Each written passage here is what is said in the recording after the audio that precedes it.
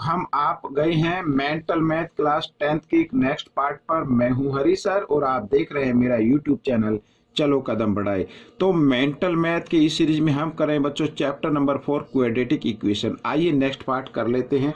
क्या कहता है नेक्स्ट पार्ट, देखिए यहाँ पर बच्चों मैंने पहले से लिख के रखा हुआ है, तो नेक्स्ट पार्ट को मैं आपको बता देता हूँ। ठीक है, तो form a quadratic equation whose one root is, यहाँ पर वन रूट गिवन है, तो सेकंड जो रूट होगा बच्चों वो यहाँ पर मैं लिख देता हूँ, वो होगा -2 माइनस √7, ये होगा। ठीक है, तो कभी भी इस तरीके से वन रूट गिवन अगर माइनस में दिया तो सेकंड प्लस का होगा और प्लस में दिया तो सेकंड माइनस का हो जाएगा। तो हमें क्वाड्रेटिक फॉर्म बनानी है, मीन्स इक्वेशन बनानी है। ठीक है, तो सबसे पहले सम ऑफ रूट लिख लेते हैं, सम ऑफ रूट्स।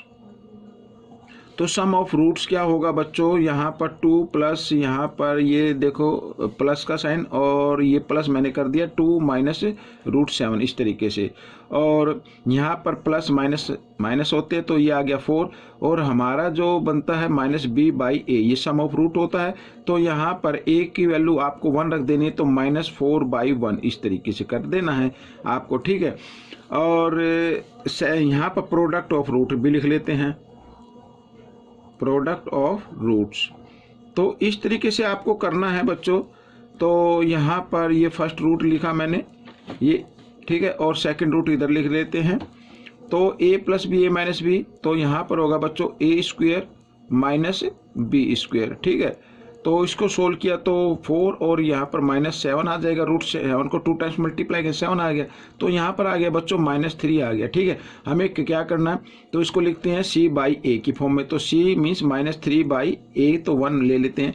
अब हमें रखना है इसको क्वाड्रेटिक इक्वेशन में। ठीक है, तो क्वाड्रेटिक इक्वेशन बनानी, कहने का मतलब ये है।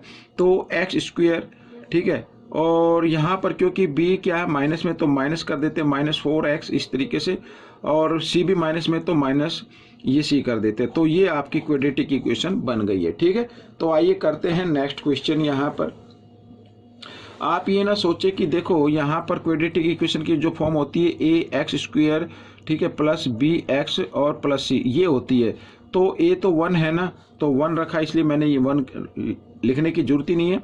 तो b आपका आ गया -4 और c आपका आ गया -3। तो इस तरीके से आप कर सकते हैं। अब यहाँ पर ये आ गया बच्चों नेक्स्ट क्वेश्चन, बहुत ही इंपॉर्टेंट क्वेश्चन है, और इस तरीके के क्वेश्चन मैथ के अंदर नहीं मिलते हैं। तो अब आपको बच्चों यहाँ पर x की वैल्यू फाइंड आउट करनी है, और यहाँ पर √6 + √6 + √6 इस तरीके से दिया, और आगे डॉट डॉट है, और डॉट डॉट का मतलब है कि ये अनकाउंटेबल है, ये मीन्स ये आगे तक बढ़ते जा रहे हैं। ठीक है ना, तो हमें करना क्या होगा, तो सबसे पहले यहाँ पर x का क्या आंसर आएगा, तो सबसे पहले ये जो 6 है इसके आपको फैक्टर कर लेने हैं। फैक्टर हो गए बच्चों यहाँ पर 3 और 2, ठीक है, 3 प्लस यानी 3 × 2। ठीक है, अगर यहाँ पर प्लस का साइन है तो x की वैल्यू आएगी बच्चों बड़े वाली। ठीक है, अगर यहाँ पर होता माइनस का साइन तो छोटे वाली वैल्यू आती। तो ये आपका आंसर बन गया। अब मैं नहीं जानता आप सभी बच्चों के मन में ये क्वेश्चन आ रहा है या नहीं आ रहा, लेकिन मैं आपको क्लियर कर देना चाहता हूँ। ठीक है, 6 के इस तरीके से फैक्टर करने हैं कि उनका जो डिफरेंस आए वो 1 रहे। ठीक है, ऐसा नहीं करना है 6 × 1, ये भी फैक्टर हो गए। ठीक है, लेकिन इस तरीके के फैक्टर करने हैं कि उनका डिफरेंस क्या आए, 1 आए। जैसे 3 और यहाँ पर 2, इनका डिफरेंस कितना है, 1 है। तो इस तरीके के फैक्टर आपको करने हैं। ठीक है, डिफरेंस कितना होना चाहिए, 1 होना चाहिए। आइए यहाँ पर करते हैं नेक्स्ट क्वेश्चन, क्वेश्चन नंबर 18। तो यहाँ पर क्वेश्चन नंबर 18 में देखो x की वैल्यू फाइंड आउट करनी है। तो सबसे पहले आपको 72 के क्या फैक्टर फाइंड आउट करना है। यहाँ पर माइनस का साइन दिया हुआ है और ये नंबर भी अनकाउंटेबल है, मीन्स आगे तक बढ़े हुए हैं। ठीक है, तो हम इनको डिफाइन नहीं कर सकते हैं। तो कितने नंबर है ये हमें नहीं मालूम है, तो x की वैल्यू फाइंड आउट करनी है। तो आपको करना क्या होगा, 72 यहाँ पर इसके फैक्टर कर लीजिए। इस तरीके के फैक्टर करने हैं ताकि उनका डिफरेंस क्या आए, 1 आए। तो 9 8, ठीक है, 9 8 जा 72 होता है और डिफरेंस भी 1 आ रहा है। तो इस तरीके से नहीं करना है कि कुछ बच्चे कर लेते हैं, भूल जाते हैं, 12 6 जा, ठीक है, तो लेकिन इनका डिफरेंस 1 नहीं आएगा, इसलिए ये नहीं लेना है। आपको इस तरीके से फैक्टर करना है ताकि उसका डिफरेंस कितना आए, 1 आए। तो क्योंकि यहाँ पे माइनस का साइन है तो x की वैल्यू क्या हो जाएगी, 8 हो जाएगी। This is the answer. ठीक है, इस तरीके से। और मैं ये चाहता हूँ कि इस तरीके के कुछ 2 क्वेश्चन मैं आपको और बता दूँ, ये मैंने अलग से लिख के रखे हुए हैं, ठीक है, इस तरीके से। तो यहाँ भी बच्चों आपको क्या करना है, x की वैल्यू फाइंड आउट करनी है। अब 56 है और यहाँ पे प्लस का साइन है, तो 56 के फैक्टर कर लीजिए बच्चों। तो 8 7 जा होते हैं, 8 7 जा 56 और इनका डिफरेंस कितना आ रहा है, 1 आ रहा है, ठीक है। तो ये फैक्टर आपको लेने हैं, डिफरेंस हमेशा याद रखना है, डिफरेंस आना चाहिए 1, वही फैक्टर आप लेंगे। तो यहाँ पर बच्चों क्योंकि प्लस का साइन है तो x की वैल्यू आपका आ जाएगी 8, दिस इज द आंसर। इस तरीके से शॉर्ट तरीके से आपको ये कर लेना है। नेक्स्ट क्वेश्चन भी बच्चों यहाँ पर देख लेते हैं। अब यहाँ पर बच्चों ये आ गया 12, ठीक है, 12 आ गया है यहाँ पर।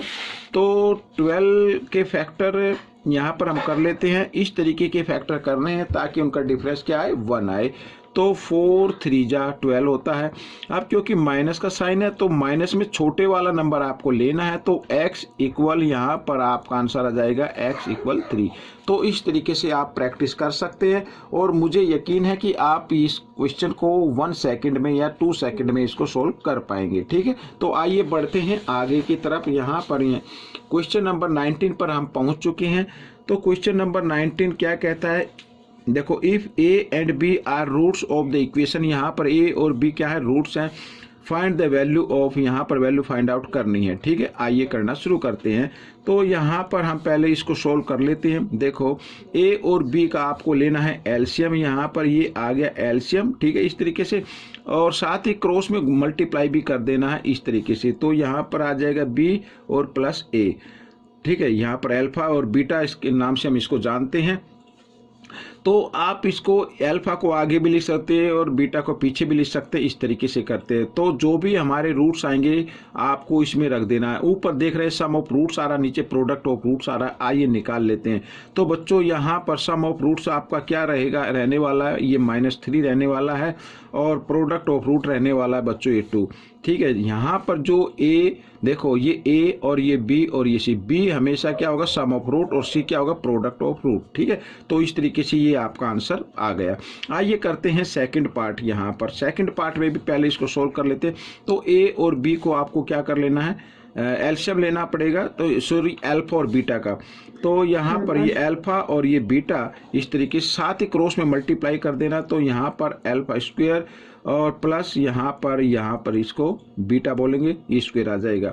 अब बच्चों अब आप कहेंगे सर ये कैसे रखिए, तो मैं बताता हूँ, इसको और सोल्व कर लेते। देखो अगर हम यहाँ पर a प्लस ये, देखो इसको a प्लस b मान लीजिए अभी, तो a प्लस b स्क्वायर होता है। तो ये इक्वल होता है बच्चों a square plus b square और प्लस 2ab, ठीक है, इस तरीके से होता है। यहाँ पर ये इस तरीके से मैं कर देता हूँ, ठीक है। अब क्या करना है, यहाँ पर ये जो लिखा ना ab, इसको आपको ले आना इधर, ये प्लस का इधर ले आना, माइनस का हो जाएगा, देखिए इस तरीके से। तो ये देखो यहाँ पर ये से -2 और ये प्रोडक्ट की फॉर्म में लिख दिया और इक्वल यहाँ पर ये देखो, ठीक है, alpha square plus beta square. तो हमें ये वैल्यू फाइंड आउट करनी, यही नंबर है, तो इसकी जगह हमें ये पुट करना होगा। आइए कर लेते हैं।